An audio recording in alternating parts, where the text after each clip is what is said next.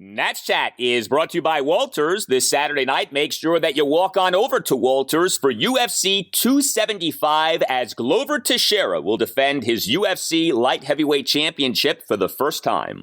Walters is also the best spot in Navy Yard to watch the NBA Finals. Tip at 9 p.m. this Friday. The 0-2. Swinging a pop-up, shallow right down the line. Could be trouble, and it is fair. Chisholm rounding third, coming home. Soto's throw to the plate. The tag by Ruiz is not in time. No, he's out. He missed the plate. He missed the plate. And Chisholm is arguing that he touched the plate. Now, the Marlins do not have a challenge, but they can ask for a crew chief review. For the violation of the blocking of the plate rule. So Ruiz is called for illegally blocking the plate. The 1-1. Shot up the middle. Hits the second base bag. Goes into center field. Astudillo coming home. Robles' throw is not in time and offline, and the Marlins win. Hernandez was there to field it. The ball hit the second base bag and takes a horrible bounce for the Nationals. And welcome to Nats Chat for Thursday, June 9th, 2022, along with MASNsports.com Nationals insider Mark Zuckerman, who is at Lone Depot Park in Miami. I'm Al Galdi, host of the Al Galdi podcast. You don't always label a low-scoring game as a wild game, but the last few innings on Wednesday night for the Nats ended up being wild. They also ended up coming in a loss, a 2-1 10-inning loss at the Miami Marlins in Game 2 of a 3-game series. Nats this season now 21-37. The game was scoreless through 9 innings. The Nats scored a run in the top of the 10th. Then came the bottom of the 10th, during which things got weird. We'll get into that momentarily. Josiah Gray on Wednesday night was good. The Nats offense against Sandy Alcantara was not good. And the Nats will turn to someone named Steven Strasburg to try to avoid being swept at the Marlins. That's the job of an ace, right? To stop the losing. We'll see if Strasburg from the get-go here can be an ace and stop the losing for the Nats. Why do I have the feeling, Al, that we're going to be talking about that more than once over the rest of the season? The Nationals needing Steven Strasburg to put an end to a losing streak. I don't think this is going to be the first time. Unfortunately, that's the case. But hey, the fact that they even have the ability to turn to him to do that is great. For as rough as the first 2+ months of this season has been, there's as much anticipation for Thursday's game as really any other game that we've seen so far this year. It's exciting. And, like we talked about on the last installment of the podcast, who knows what will happen? It's only one game. So much more could happen in starts beyond this first one. But there's only one first one for Strasburg in this comeback like this. So we're going to have a lot to discuss on the next installment of the Nats Chat podcast. But for this installment of the Nats Chat podcast, we do have plenty to get into. So with what happened in the bottom of the 10th on Wednesday night, Tanner Rainey allowed 2 runs, 1 earned. He got just 1 out. He gave up a pinch 1-out RBI opposite field single to Williams Astudillo to right field to score the Marlins' automatic runner Jazz Chisholm Jr., who initially was ruled out. Then replay review determined that Keibert Ruiz had been blocking home plate. More on that momentarily. So that tied the game at 1. And then Rainey gave up a 1-out walk-off RBI single up the middle to Jesus Aguilar for the 2-1 Nats loss. And on that play, the ball went off second base, ricocheted off the bag, went by Nats second baseman Cesar Hernandez. So some bad puck luck for the Nats on the walk-off single. But with the run that was scored by Chisholm, so everyone watching the game thought that this was about Chisholm having not touched home plate and then it being ruled that he did touch home plate. And it did look upon replay review that he did touch home plate. You found out, though, after the game that that wasn't even what was being reviewed. This was crazy. So inside the ballpark, we could barely hear Ted Barrett's announcement. And, you're in a very hollow, empty, domed stadium here where the acoustics are terrible. So you can't really hear what he's saying, but you see him motion safe. And so you're saying, okay, well, they've determined that he did touch the plate after all. And it was close.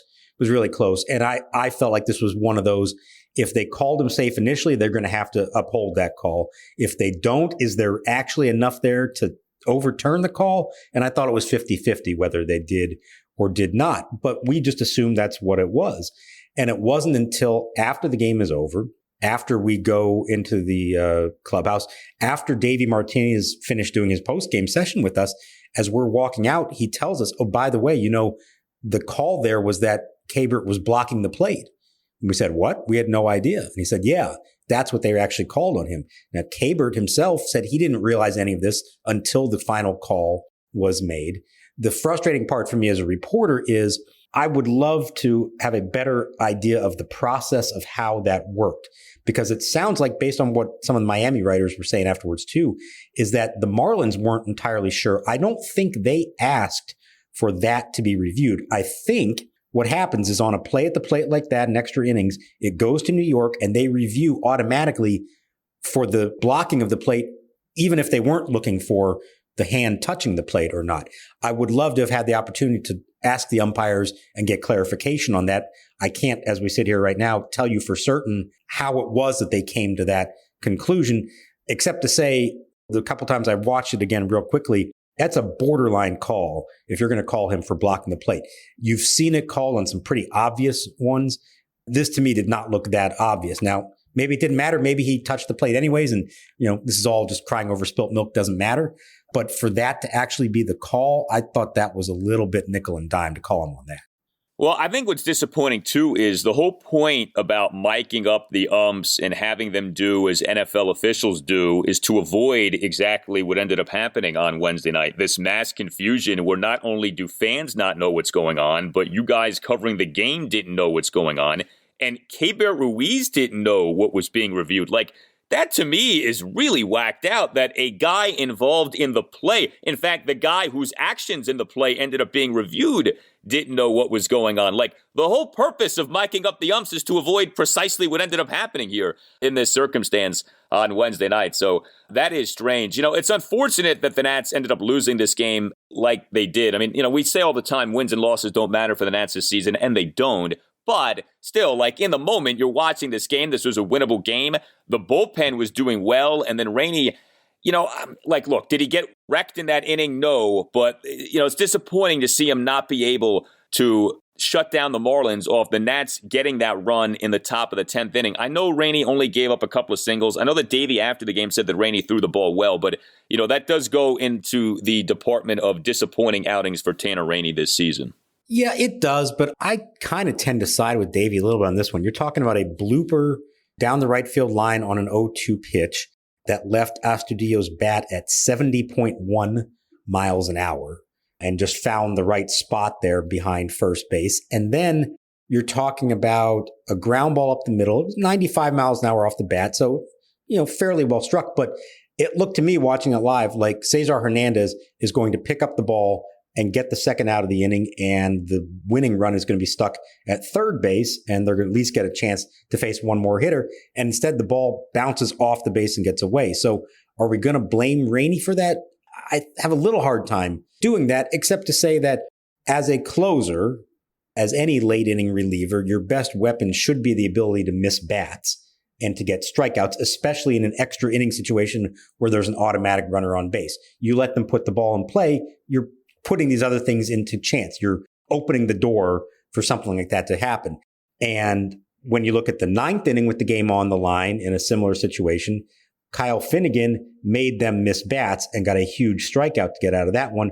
And in the 10th, Tanner Rainey ultimately was hoping to rely on weak contact, I guess, as opposed to swings and misses. So that part's a little bit annoying. And you would say that ideally he should be getting outs on his own, not having to rely on a batted ball being turned into an out. But, he's had some bad blown saves this year. I don't put that in the same category. This, was a lot of fluky stuff that all happened to come together at the right moment to end up costing them the game. Yeah, it was. I don't know. Maybe I'm holding him up to a too high of a standard, but like you just said with the strikeouts, Rainey's a strikeout pitcher. This was a night on which Josiah Gray had 6 strikeouts in 5 innings. It's not like the Marlins are seeing Rainey for a third time or anything like that. You really would like him to just come in, throw gas, blow these guys away and end the game. And instead, he's given up contact. And, that's going to happen. I understand that.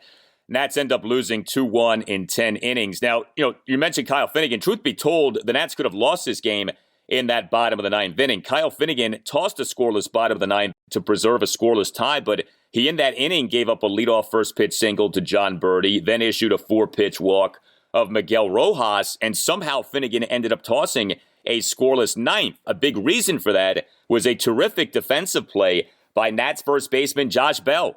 Now the pitch, he squares to bunt, bunts it hard toward Bell at first. He has a play at third. The throw there is in time for the out. They get the force play. Bell with a good throw to Adrianza.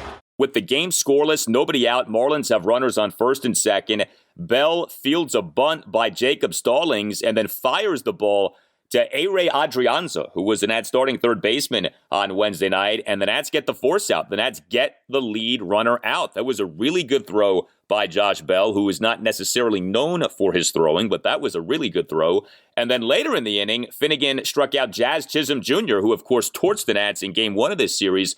Finnegan got Chisholm swinging on 5 pitches for the third out. So, we just talked about Rainey giving up some contact. Finnegan put a couple of guys on base, but ends up putting up a 0 in that inning. And Bell with the great play, and then Finnegan with the key strikeout.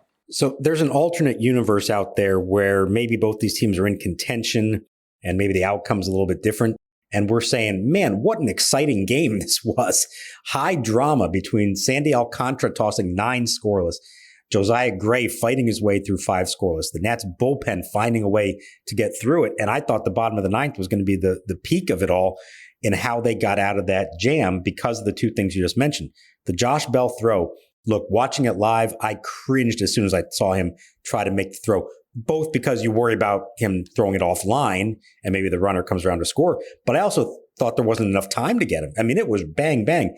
To his credit, he made a perfect throw. That is a play they work on. You don't see it happen very often, a 3-5 fielder's choice like that. But he was right on top of it. He made a perfect throw, and it looked like that was going to save them the game there for a while. So credit to him for doing that, and credit to Finnegan. And I feel like we've mentioned this, 4 or 5 times already this year of Kyle Finnegan getting a big strikeout against a big-time hitter late in a game. And I know he's had a few other blow-ups and the overall numbers maybe aren't dominant, but I've been awfully impressed with how he has come up in some big spots. Remember the games in Anaheim, getting the middle of their lineup out. And right now, Jazz Chisholm is as tough a hitter, certainly as the Marlins have. And we talked about him the other night, how good he is. For him to come in there and throw gas and blow him away and strand the winning run on third base in that spot, I thought was huge for Finnegan. It ends up all for naught.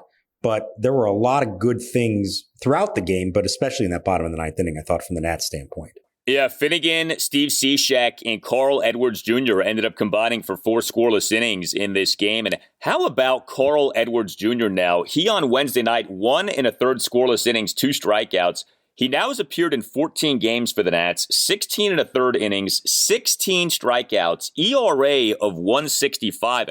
This sounds nuts because he was at AAA not that long ago, but he's emerging as a potential trade chip here for the Nats with the job that he's doing. I mean, he's a veteran pitcher. He has experience pitching for good teams in big seasons and in big spots. But man, he has been really good for the Nationals over these last few weeks. So remember, he gave up 3 runs in his first outing. It cost them a game, and he vowed afterwards, I'm not going to let that happen again.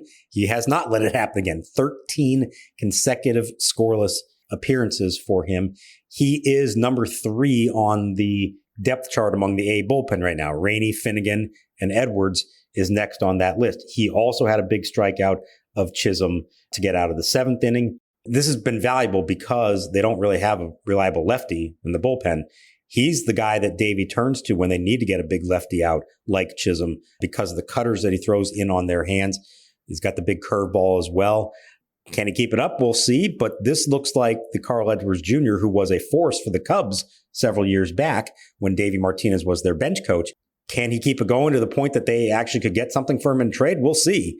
But in the meantime, they're going to take advantage of everything he gives them because he is giving them a chance to win close games with this performance. Yeah, and I would say this, with a guy like Edwards, an older guy on a nice run, as soon as you start getting good offers, pull the trigger. Like, you don't have to wait till August 2nd to deal him. If over the next few weeks teams start calling and a team needs bullpen help, I mean, there's nothing saying that you can't trade the guy now. It doesn't have to be right at the deadline coming up in a little less than 2 months here. But yeah, Edwards been really good here for the Nats.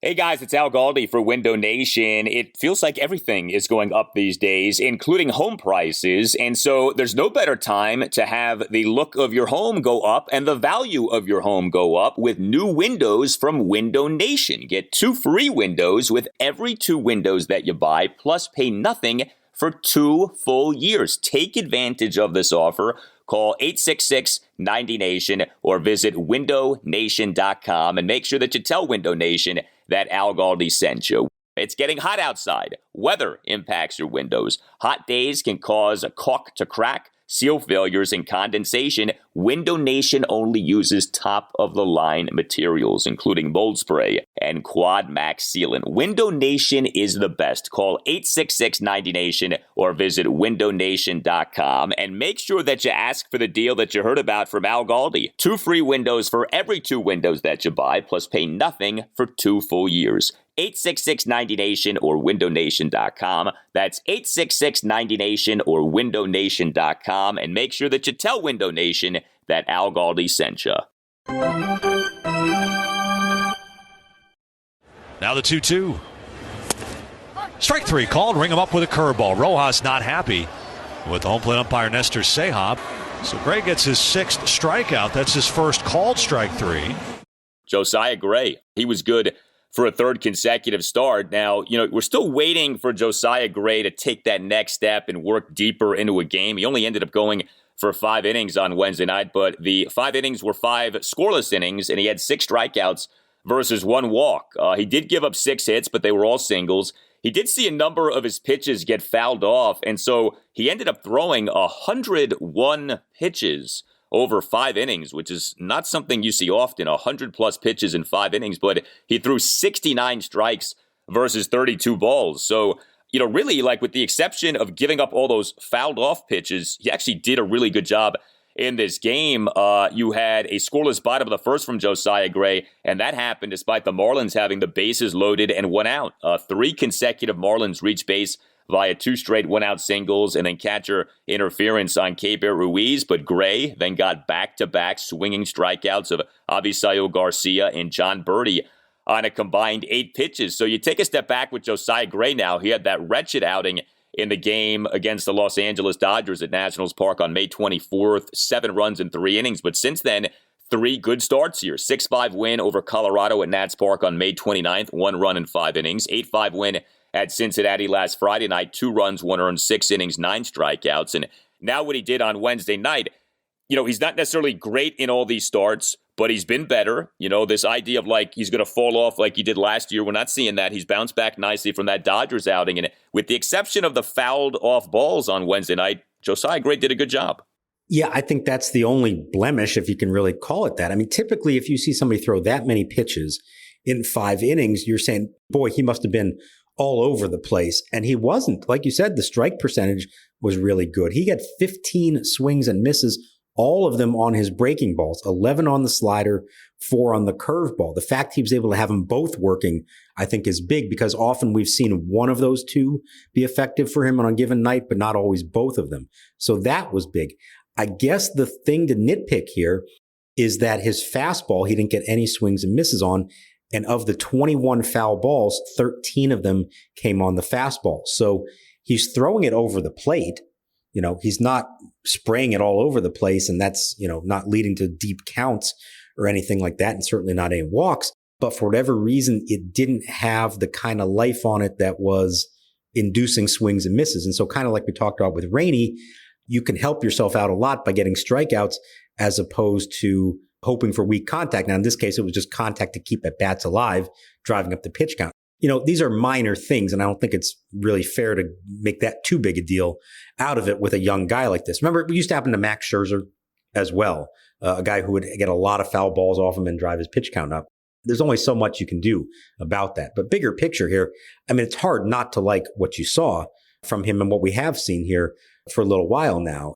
He is, we had that point a couple of weeks ago. We said Eric Fetty is their best starter. Well, we're going back to Josiah Gray now, at least until we see how Strasburg looks on Thursday. Gray is part of the future here, and we're seeing more good than bad. Yes, you'd love to see it all come together in one just dominant start one of these days. But for now, I think this is perfectly fine. And you're going toe-to-toe with arguably the best pitcher in the National League right now, Sandy Alcantara, and you're putting up zeros opposite him.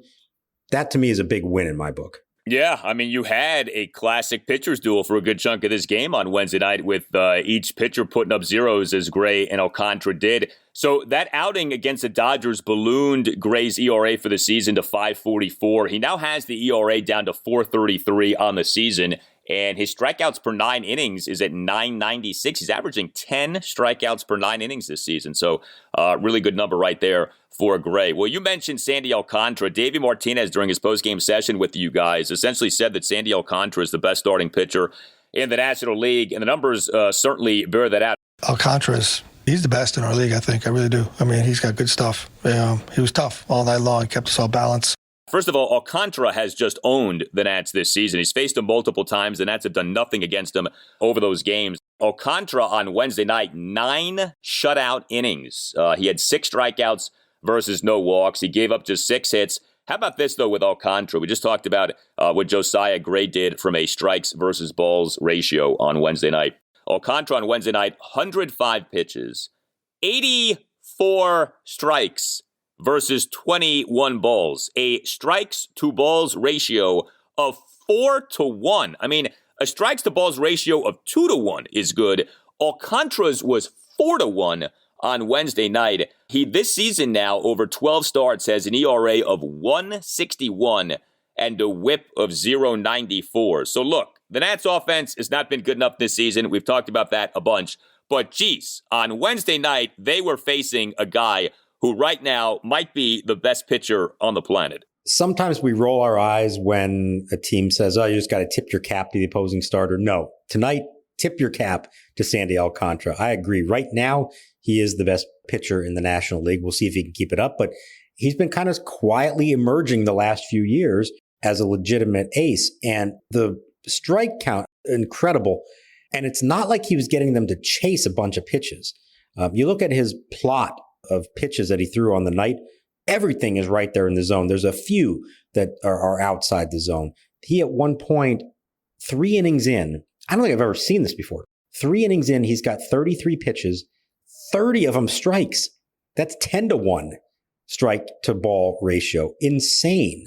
The Nats were, understanding how good he was and trying to be aggressive. And so they were making quick outs, but I can't fault them for that approach. This guy is just tremendous right now, getting better and better. He's doing against whoever he faces. It's not just happening against the Nationals. And again, I think that makes the end result of this sting a little bit more because you actually matched him essentially pitch for pitch over the course of 9 innings. And we're in a position to win a game in which the opposing starter threw 9 scoreless innings and you still have a chance to win. And then they couldn't pull it off. So I think that on top of everything just kind of makes it sting a little bit more. Alcantara's an interesting guy because he's another one of these guys who initially was maybe good, but he wasn't this good. And then now, all of a sudden, he's really blossomed. I feel like we're seeing this more and more in baseball where the great pitchers don't start off great. They're not bad necessarily, but like they become great once they've been around for a few years. Jacob deGrom did the same thing. He wasn't Jacob deGrom initially. Like Matt Harvey and Noah Syndergaard were considered superior to deGrom. And then it's over the last few years that deGrom has just blown up. So you do see this with pitchers. And so, yeah, I try to remember that with someone, maybe like with a Josiah Gray, who is at a certain level right now, but maybe 2 years from now, we see him ascend to an entirely new level. We got kind of spoiled with someone like Strasburg, who was great immediately, Even like someone, like you signed Max Scherzer, right? He was great right away. But with a guy like Gray, who's younger, maybe this is just how it is for some pitchers, and it seems to be the case for a good number of good pitchers. You're not great from the get-go. You're maybe good, and then you take off, say, in year 3, year 4, something like that. Go back to Jordan Zimmerman a decade ago. It was the same thing. He got hit around a little bit his first year. Then he had Tommy John surgery. Then he came back, and it really wasn't until about 2012 and 13 that he blossomed into the bulldog that he became. So, yeah, it's not uncommon. And what you see in the Marlins case with Alcantara, they're a team that can afford to let him go out there, even when the team isn't playing so great. Let him make his starts and learn on the job how to do it. That's what the Nationals are doing with Josiah Gray right now. It's what they tried to do with Yohan Adon. They sent him down, but we'll be seeing him again here at some point. And keep this all in mind when Cade Cavalli comes up. whenever that is, theoretically sometime fairly soon, I think. Even if the initial results aren't blow you away, dominant ace kind of stuff, that's okay. If you're seeing glimpses of who he can be, ride it out. Let him learn and understand this could take a couple of years before you truly blossom, because we've seen it across the league. And I agree, so much of what happened here in DC from about 2010 to 2015, 16 is they just had these guys burst onto the scene and play at a caliber you just don't usually see from rookies, both as pitchers and offensively. They hit the jackpot with so many of them. That's not usually the case. Don't be quick to give up on a guy if you see glimpses of what he can be. Give him a little bit of time to grow into it. Treat the whole family to a fun night of baseball with the Bethesda Big Train at Shirley Povich Field. Big Train Baseball is the perfect mix of small-town charm and big league talent right here in Bethesda's Cabin John Regional Park. Visit bigtrain.org/tickets to reserve your seats for tonight's game and all other home games throughout July. Scott deals. Swinging a looper, shallow right. This is going to fall in for a hit. Garcia's rounding third, headed home. The throw by De La Cruz is cut off. Nationals take the lead on a Keibert Ruiz RBI single in the 10th. The first run of the ball game, Nationals 1, Marlins nothing.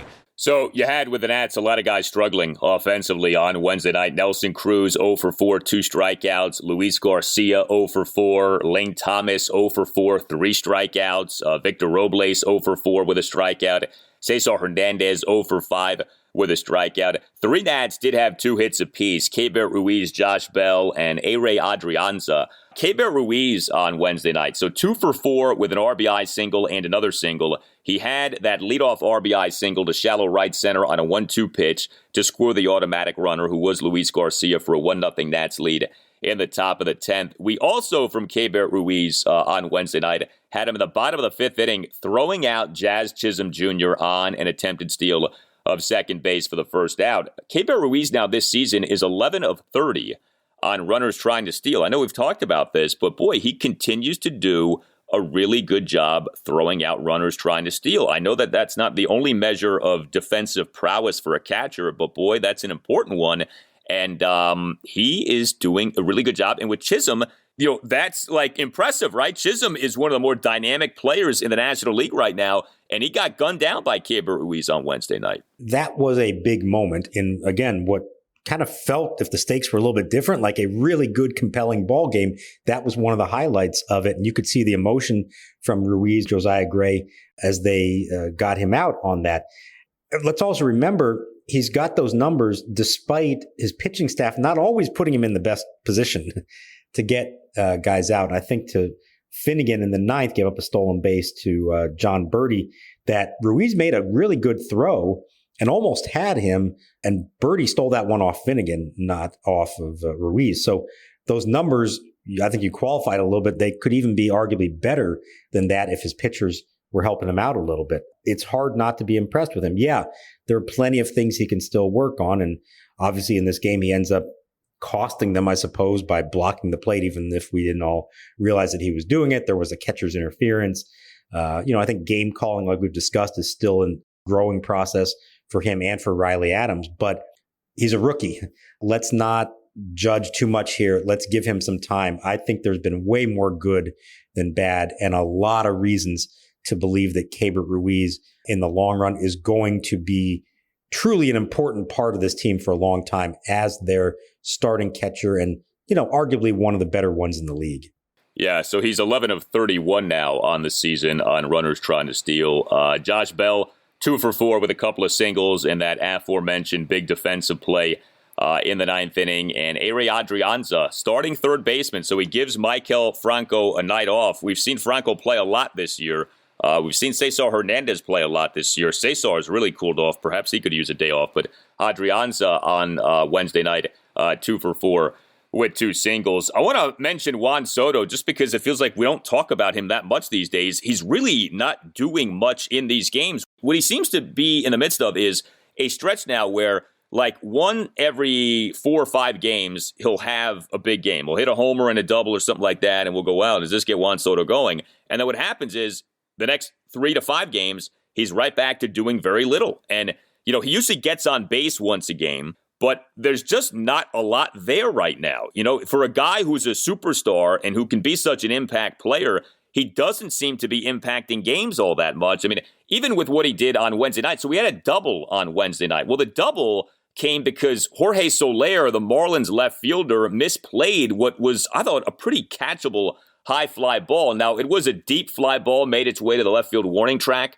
But, that's what Soto did on Wednesday night. And, in a game like this, again, does it matter that the Nats lost? No. But 2-1 game, you could have used a big night from Juan Soto or a big hit from Juan Soto. And he just does not, he seems to be just another guy right now. And we know that he's not just another guy, but that's how he's playing for the most part these days. Yeah, it feels like the production, aside from maybe one of those games last weekend in Cincinnati, it feels like the production hasn't been very meaningful or in very meaningful moments for him. We, scoff at the RBI total, but it's pretty telling, the fact that he's not driving in runs.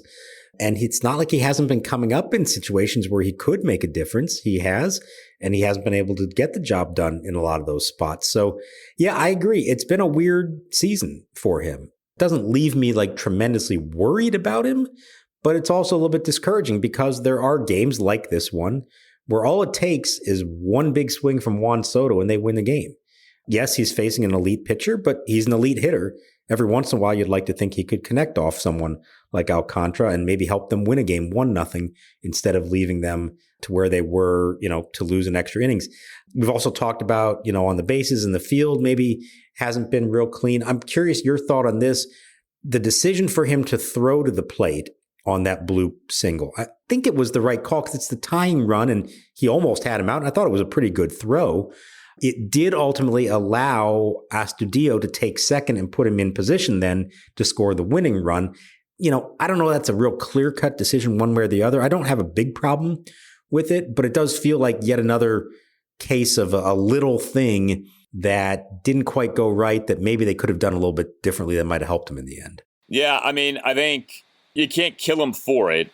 And if he gets the guy out, then, we're all praising him. But that is another almost like lost opportunity for a big-time impact play that he didn't make. Not an easy thing to do. Okay, a lot of guys aren't going to make that throw to get the guy out. But it's like there's another opportunity to impact the game in a big way. And, he was unable to do it in that spot. He's come off like just a normal player this year. And I guess that's the thing. We have this standard for him, and we should. He's not normal. He's abnormal in a good way. He's not mortal. He's immortal. And he's not coming through like that so far this season. Will that change? I tend to think yes. But, we are now more than a third of the way into the season. The season is ongoing here. We're into June. And if you look at the Nats schedule, the All-Star break isn't that far away. The season is moving along. And so at some point you say, all right, time to get going here. And we'll see. I mean, I think that he will, but it's not happening here right now. And he's been in this rut, if you want to call it that, for about a month, maybe a month plus at this point. I have to look at the calendar, but this isn't new anymore. This has been going on for the bulk of his season by this point. So something that we talked about on the last installment of the Nats Chat podcast did come to fruition on Wednesday during the day. The Nats optioned Yohan Adon to AAA Rochester and recalled lefty reliever Sam Clay. Nobody is stunned by this with Adon, but it's telling that this is what happened because, we weren't sure if this would happen. So when it comes to the Nats rotation now, and, the Nats are in another one of these stretches here, you don't have an off day coming up anytime soon. You have this doubleheader that's going to be coming up in a little bit against Philadelphia. So I guess Evan Lee is in the Nats rotation for now. But what are we looking at in terms of this Nats rotation over these next few weeks here, again, without the off day and with this doubleheader not that far away? So Lee isn't officially in the rotation yet. Davey said that they were still kind of considering how they want to approach this. They have a few days. With Strasburg coming back, he takes a spot, and then they won't need it until later in the week after they get back home. I think it might not even be until Sunday against the Brewers that they need a fifth starter. So it's possible if the right situation arose, they could use Lee again out of the bullpen. But I thought it was a little bit telling that the guy they chose to call up was Sam Clay, because that's a lefty. And if you now have a lefty in the bullpen, you don't feel compelled to leave Evan Lee there. My guess is he will get another start here at some point. I think they're also considering Paolo Espino. Hey, how about that for a start at some point along the way, whether it's in that doubleheader or sometime before then. So this may be a little bit of a work in progress, and this may not be okay, we've got our 5 starters set in stone and we're just sticking with that. It may be a little bit of mixing and matching to get through this stretch before they finalize some things. I don't think it's going to happen yet, but keep an eye on Cavalli, who has done so well at AAA. And I think we're getting closer to the day that he could get his call up. Maybe somewhere before this long stretch is over, he ends up in the picture as well. So I think at least as of pregame on Wednesday, they were still trying to figure all that stuff out. And, it may be a couple of days until they do. But the logic here would say that Evan Lee probably gets a start this weekend against the Brewers. And then maybe Paolo Espino also gets a start as we approach that doubleheader next week.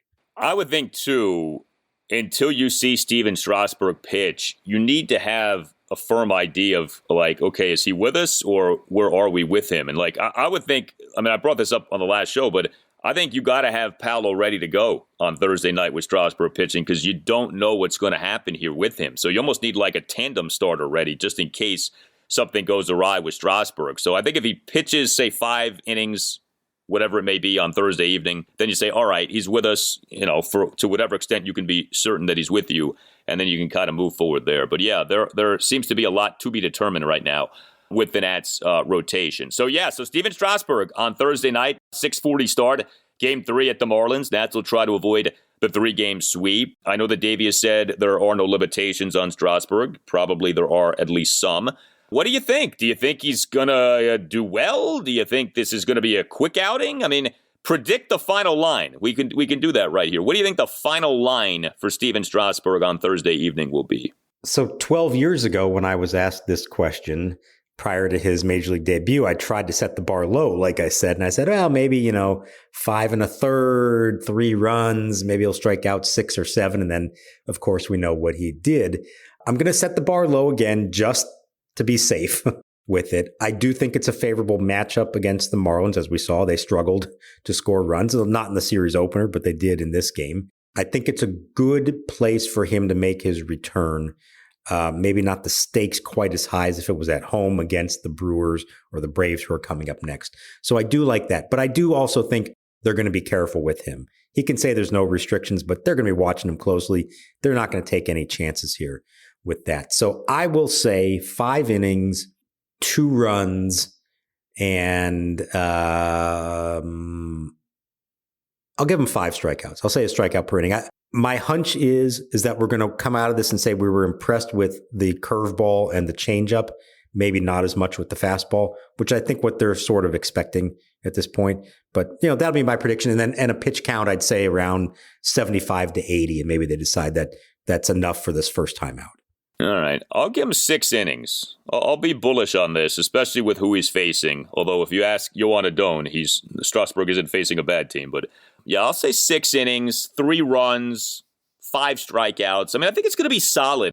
There's that potential, of course, for this to really be bad. I don't think we're going to see that. I think, especially for this first outing, he did well enough over those final 2 minor league rehab assignment starts to where, it's not like this is a total unknown. We've seen him pitch reasonably well, albeit against minor league competition in recent weeks. And you got to think, too, he's going to be motivated. I know it's probably hard to get the adrenaline pumping in front of 7,000 and change at Lone Depot Park, but this is a big deal. His first start in more than 12 months in a major league game. So you would think that he's really going to be fired up for this. I think he is, and I think the team really is. This is what I gathered the last couple of days.